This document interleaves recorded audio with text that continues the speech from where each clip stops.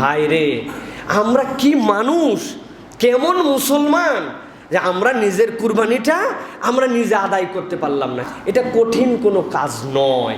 রাসূলুল্লাহ সাল্লাম যখন কুরবানি করার নিয়ত করতেন বিসমিল্লাহ বলতেন।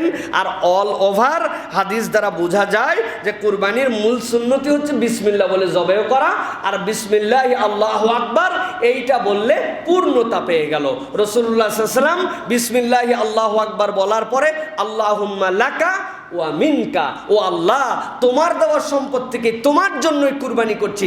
এরপরে নবীজি বলতেন ওয়াজ্জাহতু ওয়াজহিয়া লিল্লাযী ফাতারাস সামাওয়াতি ওয়াল আরদা হানিফা ওয়া মা আনা মিনাল মুশরিকিন।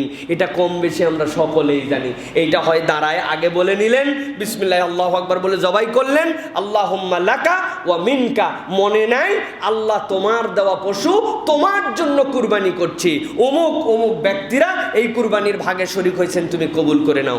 কঠিন হলো ভাই? তাহলে এই কুরবানি করা যাবে না?